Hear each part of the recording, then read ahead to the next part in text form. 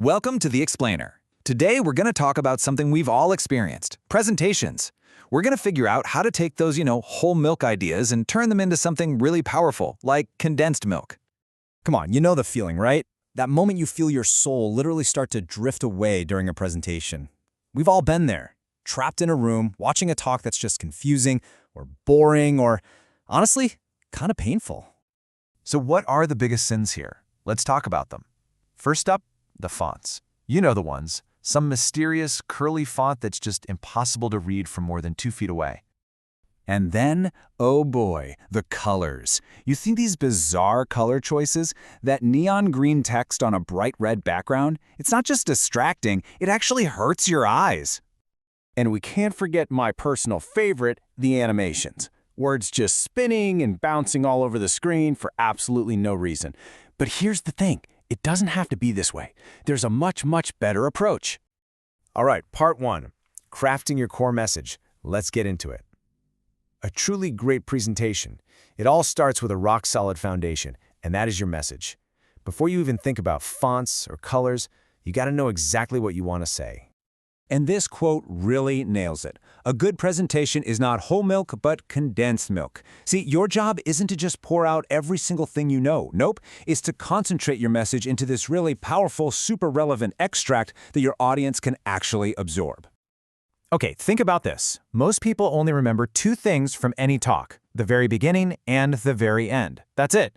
So you have got to start with a bang, not some boring, "Hi, my name is," intro. You could try asking a question, sharing some surprising news, or even being a little provocative. Just grab their attention from second 1. Now for the middle part, the rules are actually pretty simple. You want to keep it short, make sure it's logical, and always focus on the audience. See those rules on the slide? 4 words per line, 6 lines per slide? That forces you to be concise. And here's a big one. Never end with a boring summary. No, leave them with something that makes them think, something inspiring, or a really provocative question. Okay, on to part 2, designing for maximum impact. Let's talk about what your audience is actually looking at, your slides. This is where so many presentations just completely fall apart. You've probably heard this before, but the single best rule for slide design is KISS. Keep it straight and simple. What does that really mean? It means just one core message per slide. Look, your audience's attention is a precious thing. You want it on you, the speaker, not on some cluttered, crazy screen. And this right here is what a perfect KISS slide looks like. Just the core idea in big, bold letters. That's it. Everything else, all the context, the stories, the details, that comes from you. The slide is there to support your point, not to be your teleprompter. The famous Silicon Valley guru Guy Kawasaki actually took this idea and turned it into his 10-20-30 rule. It's brilliant. First part, 10. Never ever have more than 10 slides. It sounds tough, but it forces you to focus on only what is absolutely essential.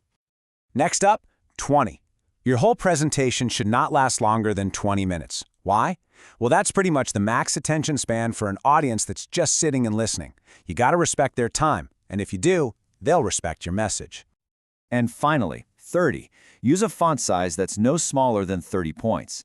This is just basic courtesy. It makes sure that everyone in the room, even the person way in the back, can easily read what's on the screen without having to squint. It's a small thing that makes a huge difference. So let's pull all these design tips together. Go easy on the effects, okay? Stick to a simple color scheme, maybe colors from the same family, and no more than 2 different fonts. If you use animation, make it purposeful, like showing a bar chart growing to really drive home a point. And here's the real psychological kicker. Your audience wants to be impressed and entertained first. The information part, that comes second. Part 3, owning the stage. This is so important. You have to remember, the slides, they're not the star of the show. You are. The screen is your sidekick. It's not the main event. So let's talk about your performance. Your body language is speaking volumes before you even open your mouth. You see the difference here? Standing with your feet planted firmly on the ground, that screams confidence. But rocking back and forth, slouching, crossing your arms, that just signals nervousness and it puts up a wall between you and the audience. And get this. Psychological studies have shown that to be truly convincing, you need to maintain eye contact for at least 90% of your talk. 90%! Now, if that sounds terrifying, here's a little cheat. Just look right over the tops of their heads. Seriously, nobody will ever know the difference. Now, what if you suffer from stage fright? Hey, you are not alone. The biggest mistake people make is focusing on themselves, on their own fear. The trick is to shift your focus to the audience. And you need to remember this. Studies show they can only perceive about 1/8 of the nervousness you're actually feeling inside. So you're doing way better than you think. And finally, for your delivery, use powerful language. I love this quote. Explaining technical topics without metaphors is as simple as nailing pudding to a wall. It's perfect, right? You want to vary your tone, really punch the verbs, and use strong analogies. That's how you make complex ideas stick in people's minds. All right, we're in the home stretch. Part 4, mastering the final details. Let's wrap up with the little things that actually make a huge difference.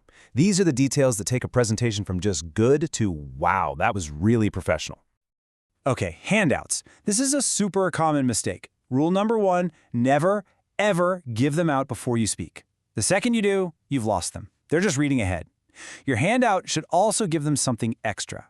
Checklists, links, further reading, not just be a boring printout of your beautiful minimalist slides.